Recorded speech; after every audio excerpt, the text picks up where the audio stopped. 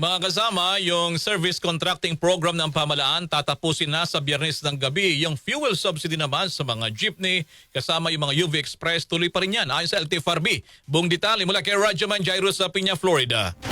RMN Live Report. Inanunsyo ng Land Transportation Franchising and Regulatory Board na hanggang sa Friday, May 22 na lamang, tatakbo ang service contracting program ng pamahalaan. Ayon sa LTFRB, ibig sabihin ay hanggang dito na lang din ang programa na nagbibigay ng 20% fare discount sa mga regular na pasahero at kabuang 40% discount para sa mga estudyante, senior citizen at persons with disability.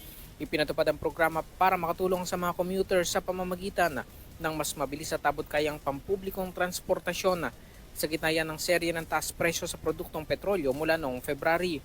Sa kabila niyan, tiniyak ng LTFRB na tuloy-tuloy ang pagbibigay ng tulong ng pamahalaan sa sektor ng transportasyon, alinsunod na rin sa direktiba ni Pangulong Ferdinand R. Marcos Jr.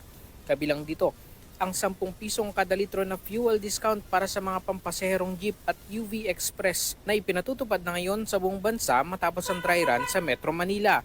Ayon sa LTFRB, mahigit 141,000 na unit na ng jeep at UV Express ang kabilang sa fuel subsidy programa at maaaring nang makinabang sa diskwento na may hanggang 150 liters kada linggo bawat sasakyan.